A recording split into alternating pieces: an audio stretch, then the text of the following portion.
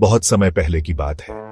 हरे भरे पेड़ों से भरा एक सुंदर जंगल था, सुखवन। इस जंगल में ढेर सारे जानवर रहते थे।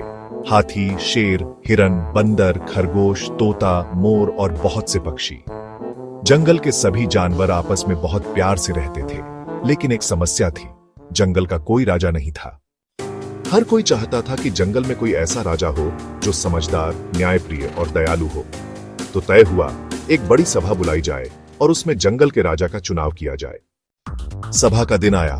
सभी जानवर बड़ी उत्सुकता से आए।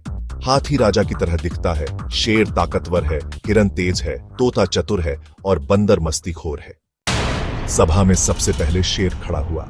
उसने दहाड़ते हुए कहा, मैं सबसे ताकतवर हूं, जंगल का राजा मुझे ही बनना चाहिए। जानवर थोड़े डर गए, लेकिन फिर हाथी आगे आया।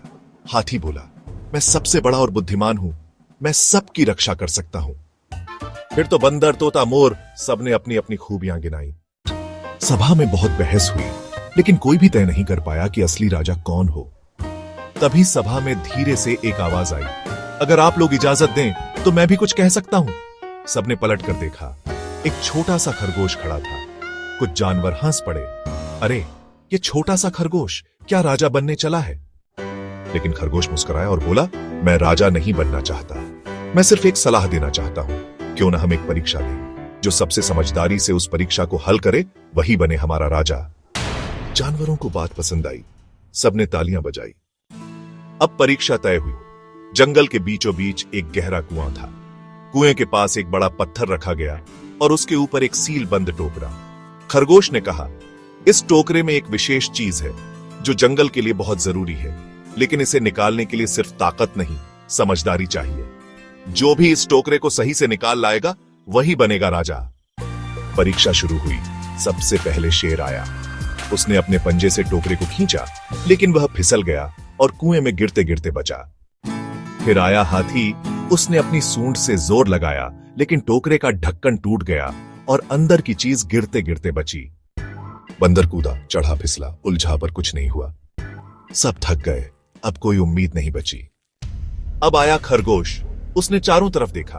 कुएं के पास पड़ी रस्सी, लकड़ी और एक टोकरा उठाया। रस्सी को लकड़ी में बांधा, एक पुल जैसा बनाया और आराम से टोकरे को ऊपर खींच लिया, बिना उसे गिराए, बिना कोई नुकसान किए। टोकरे में थी एक किताब, जंगल की बुद्धि। उसमें लिखा था, असली राजा वही होता है जो समझदारी से, शांति से और सबकी भलाई के लिए सोचे। अब सब जानवरों की आंखें खुल गई। उन्हें समझ आ गया, राजा वही होना चाहिए जो सबसे समझदार हो, न कि सबसे ताकतवर। सभा में सबने तालियां बजाई और एक मत से फैसला किया, खरगोश बनेगा हमारा राजा। उस दिन के बाद सुखवन जंगल में बहुत शांति और खुशी आ गई।